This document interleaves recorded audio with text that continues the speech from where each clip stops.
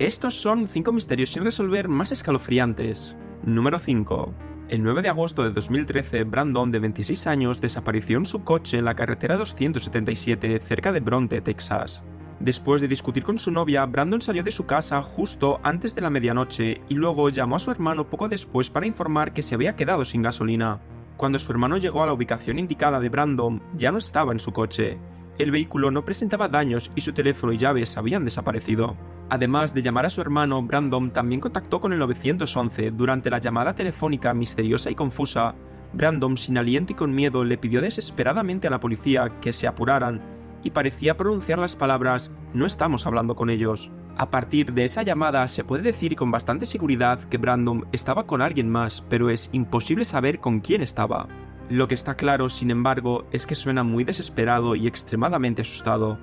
Aunque es difícil entender la llamada telefónica de Brandon al 911, tras escucharla varias veces parece implicar que algunas personas no identificadas estaban tratando de llevarlo al bosque, aunque esa especulación no se puede confirmar. Después de llegar al vehículo abandonado, la novia del hermano de Brandon decidió llamarlo, y Brandon le dijo que estaba a 10 minutos de distancia en la carretera, y mencionó que estaba sangrando. Esta fue la última vez que supieron de él. La familia y amigos de Brandon no pueden adivinar qué sucedió esa noche y todas las especulaciones han sido en vano. Brandon, de 29 años, tiene 4 hijos y una novia, y no hay un motivo aparente para que haya huido. No se han encontrado ningún rastro de Brandon desde entonces. Número 4. Frau Leibs desapareció el 20 de junio de 2006 en la ciudad de Paderborn, Alemania. Su cuerpo fue encontrado casi 4 meses después, el 4 de octubre de 2006.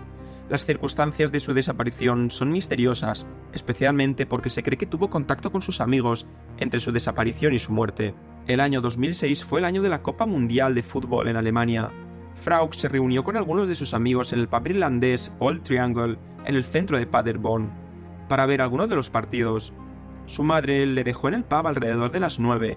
Durante el partido entre Suecia e Inglaterra, intercambió mensajes de texto con un conocido hasta que se le agotó la batería del teléfono. Luego prestó la batería de su amiga, pero esta última dijo que le devolvió la batería antes de irse, alrededor de las 11. Se asume que Frau caminó a casa después de salir del bar, ya que se dijo que solo tenía alrededor de 5 euros en ese momento. Su apartamento estaba aproximadamente a 1 kilómetro de distancia del pub. Nadie sabe qué camino tomó, ya que nadie la vio después de que salió del pub. Su compañero de piso Chris afirmó que ella nunca llegó al apartamento. A las 12:50 su compañera de cuarto recibió un mensaje de texto de Frau que decía que volvería tarde. No se presentó a trabajar al día siguiente y después de que no estuviera en el apartamento, la madre de Frau informó de su desaparición. Durante los siguientes días, Frau contactó a su compañero de cuarto 5 veces por teléfono. Las llamadas solían ser cortas y durante las horas de la tarde-noche, y no contenían mucha información sobre su situación. En las primeras llamadas insinuó que volvería pronto, pero respondió evasivamente o misteriosamente a preguntas adicionales. La última llamada se realizó el 27 de junio por la noche, mientras la hermana de Frau estaba presente. La hermana le preguntó a Frau si la tenían contra su voluntad, y supuestamente ella dijo que sí, pero luego se corrigió inmediatamente diciendo que no en un tono más fuerte. Después de eso se perdió el contacto con Frau. Según la policía, durante estas llamadas telefónicas, el teléfono de Frau estaba en varias zonas industriales de Paderborn. La policía también asumió que las llamadas se realizaron desde un coche que se dirigía a esas áreas. El caso nunca se resolvió. Número 3. En el año 2001, un hombre de 86 años desapareció de un lugar turístico en Costa Rica y nadie lo ha visto desde entonces. Este hombre, llamado Leo Whitaker, era adicto al trabajo y se había jubilado hace poco tiempo antes de desaparecer. No le gustaba quedarse sin hacer nada, así que él y su esposa pasaban su tiempo como voluntarios en un grupo de la iglesia. El grupo viajaba a diferentes países para construir y pintar iglesias y escuelas en la comunidad local. Aunque los voluntarios tenían que pagar sus propios gastos, para los Whitaker era una forma de conocer el mundo y para que Leo siguiera ocupado en su jubilación. Habían participado en 41 de esos proyectos, incluyendo el último viaje de Leo a Costa Rica en noviembre de 2001. En la mayoría de estos viajes Leo se dedicaba a la albañilería, pero en este viaje a Costa Rica el grupo se dedicaba a pintar iglesias y escuelas recién construidas. El 18 de noviembre, 5 días después de comenzar el viaje, el grupo hizo una parada en un complejo de aguas termales. Acababan de terminar su trabajo en un suburbio de San José y estaban descansando antes de dirigirse a la parte de norte del país. La esposa de Leo, Virginia, decidió bañarse en aguas termales mientras Leo esperaba en un banco al costado en la carretera, a unos 20 metros de distancia. Virginia estuvo en las aguas termales unos 25 minutos y al regresar al lugar donde estaba Leo, él no estaba por ningún lado. Virginia regresó al complejo y los empleados dijeron haber visto a Leo unos 15 minutos antes. Estaba preguntando por Virginia, aparentemente había olvidado dónde estaba o pensaba que ella había vuelto al complejo. Luego preguntó a los guardias de la puerta si podría irse y ellos no tuvieron ningún problema en eso, pensando que quizás se dirigía a otras aguas termales de la zona. Cuando se dieron cuenta de que Leo estaba desaparecido, los demás miembros del grupo salieron en coche por la carretera que Leo había caminado. Debido a su edad y al mal clima, pensaron que solo había podido caminar unas pocas millas, pero no encontraron ninguna pista de él. La familia de Leo temía que tal vez se hubiera quedado dormido en el banco y al despertar confundido se adentrara en la jungla.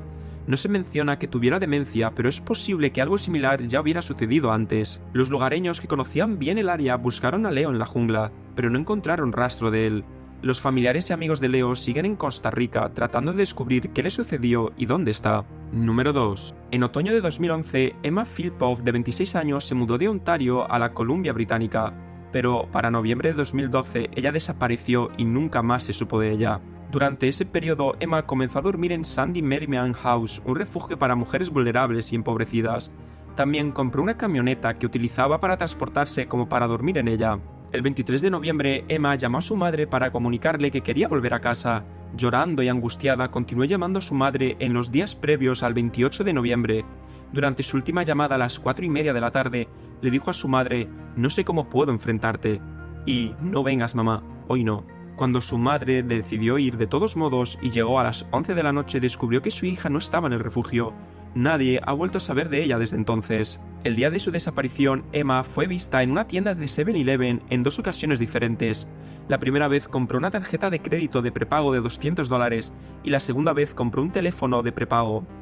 Las imágenes de la cámara de seguridad muestran que ella miraba por la ventana de la tienda, hacia el estacionamiento, como si estuviera buscando a alguien o algo. Las imágenes de una cámara de seguridad tomadas 5 días antes de su desaparición muestran a Emma entrando y saliendo del edificio varias veces en un periodo de 14 minutos. Parece como si estuviera evitando a alguien. Después de llamar a un taxi cerca del refugio, Emma pidió que la llevaran al aeropuerto. Luego cambió de opinión diciendo que no tenía suficiente dinero y pidió que la dejaran al mismo lugar donde la recogieron. Después de escuchar la radio del despacho del taxi, se volvió paranoica y supuestamente le preguntó al conductor: ¿por qué hay un ruido saliendo de eso? Minutos más tarde fue vista descalza en una esquina. Un conocido que la vio, Dennis Quay, afirmó que ella parecía nerviosa y paranoica, y que constantemente miraba a su alrededor. Luego llamó a la policía, quienes hablaron con ella en persona fuera del hotel, pero decidieron que no representaba una amenaza para sí misma ni para nadie más. Hay 2 sospechosos potenciales relacionados con el caso. Un hombre conductor de una camioneta blanca intentó usar la tarjeta de crédito de prepago de Emma en una estación de servicio.